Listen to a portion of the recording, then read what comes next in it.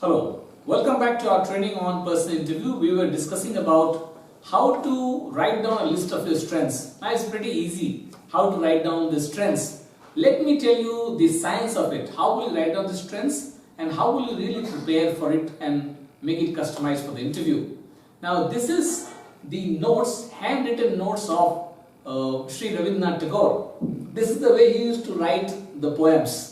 So what he will do first is he will jot down all the points which comes to him, all that poem, words, thoughts, rhythm. First he writes it down. Afterwards, whatever is applicable, whatever is going to be a part of the final poem, he keeps it and then just scratches over the things which are not applicable. And his art was, he used to make a drawing out of those cuts as well. If you go to Kolkata sometime, in the metro railway stations, you will find many of his handwritten poems like this, which were rough notes. They have also been scanned and presented as a painting on the walls. Beautiful. Now, what is the moral of the story? The moral of the story is this. When you are writing down about your strengths, just take 2-3 A4 sheet of paper and write down all the strengths, every strength which comes to your mind. And don't think about whether it is applicable, not applicable, major, minor, influential, not influential. Just jot down all the strengths which you have in your life. You can make good tea, write it down. Can run faster, write it down. Athletic, write it down. Good with numbers, write it down. Good at solving fights, write it down. Good at fights, write it down. Write everything which comes to your mind. Good at finance, write it down. Was good in maths in 9th standard, write it down. Was the topper in 11th, write it down. What happens? First you prepare, so scattered, just keep on jotting down. Once you are done with it, before I wrote down my strengths, I also scribbled it on the paper. And 2-3 sheets of this kind I filled up. I am just showing you as a sample. Once you are done with that, now your second job is take a new sheet, new A4 sheet or whatever diary. Now write down everything which is applicable to make you more employable. All strengths which makes you employable. 1. Number 2, try to check every strength which you have may have an influence on the job. So don't ignore certain strengths. Example, if you are good at farming, that's your strength, and you are going for a data analytics job. If you studied farming well and you know what are the fertilizers suitable for what kind of crops, from what time to what time you really invest in getting the crop, particular rabi crops or whatever. If you are able to present that data, then the farming becomes your strength for data analytics. Please understand. Even if you are good at making tea, if you are making, you are good at making tea and you present in the interview, there can be an interviewer in the interview board who has invested in tea plantation or bought a tea farm. Or maybe somebody has a lot of, he's a tea lover, he may ask a lot of questions. Or somebody may have their children doing an assignment, a project on tea. You never know what may be the question. So the moment you talk about that, then this game comes in your favor. So write down all the strengths and start looking for what is applicable. Prepare a final list. And that becomes your brochure. Okay, you have prepared the brochure. Who is the salesman? You are the salesman. And who is the product?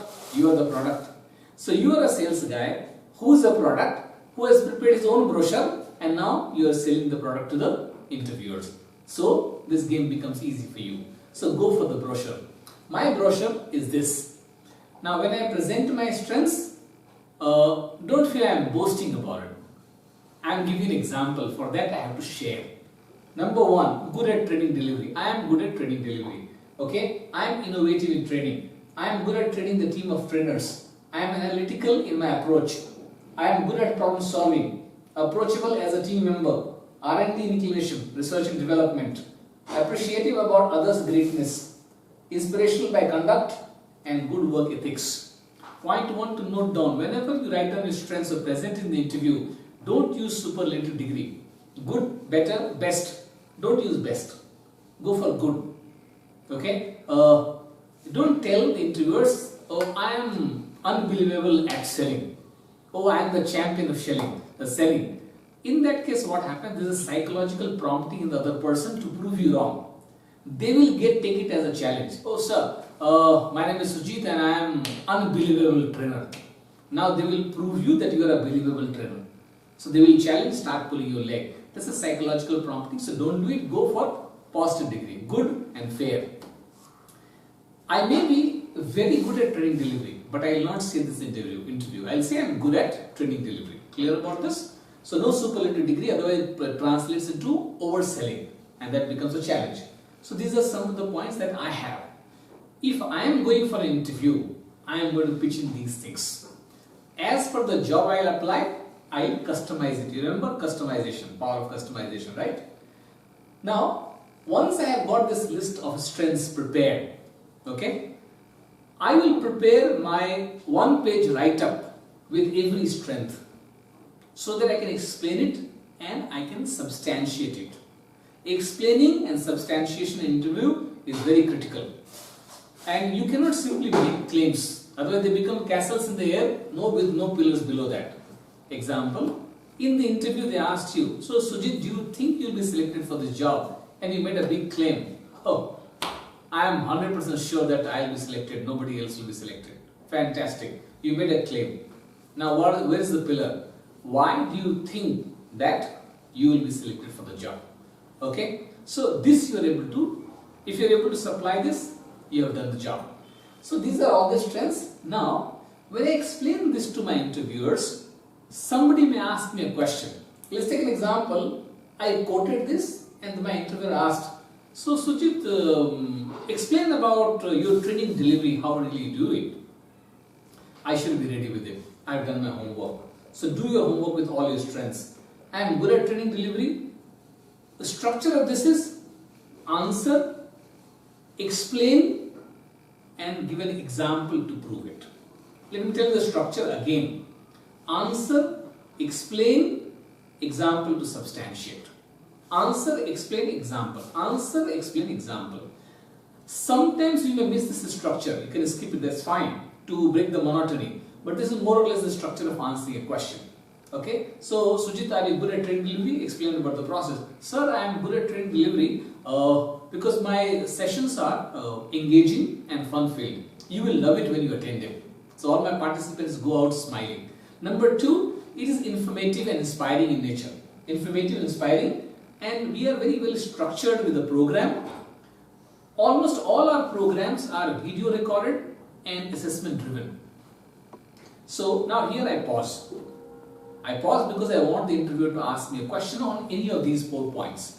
If my interviewer asked me, Sujit, tell me how your programs are inspiring or how your programs are engaging and fun-filled, I must have the details of this, an example. So I'll briefly explain it, give an example to substantiate.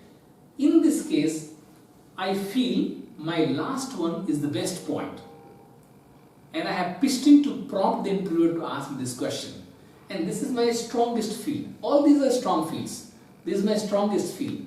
And I hope and expect the interviewer will ask me a question from this. If he asks me a question from this, then I have already won the battle because he is coming into my court. It's like, you are going to play tennis with Roger Federer. Roger Federer is amazing in tennis. You are not playing chess with him. So I am good at this. I am inviting my interviewer here. Suppose he asked me, Sujit, tell me something about how do you do this video recording and this.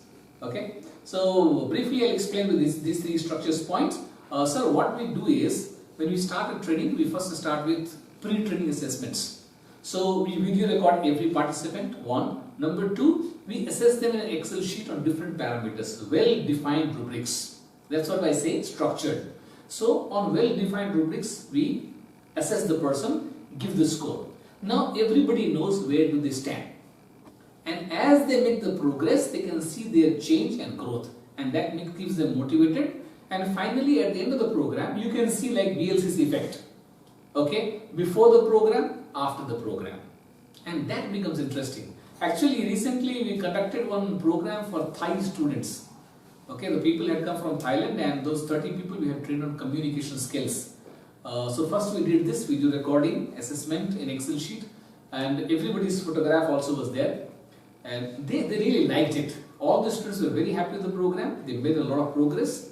And the best part, sir, is when we shared this report with the management, our report became a benchmark to be shown to other vendors about how the reporting of the program is done.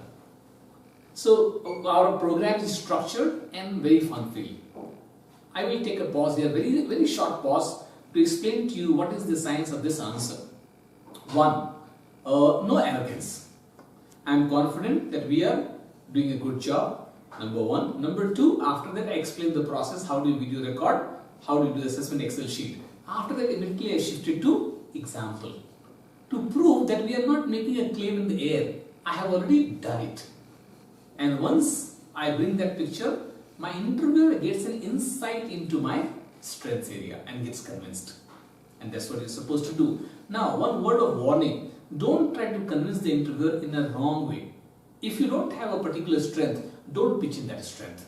Nobody has got all the strength in the world. So don't bluff with the interviewer. Okay? Don't gas around. The reason it becomes, people get offended by this. It means you feel that they are stupid, not stupid enough not to guess it.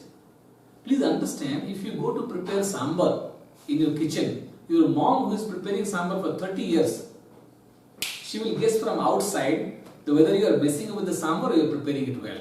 An interviewer who has got a 30 years experience, 15 years experience interviewing people, once you start off, you will know whether you are guessing around or you have got some substance. So present only those strengths which you have. So maintain honesty about it, okay? And answer, briefly explain and go for the exam.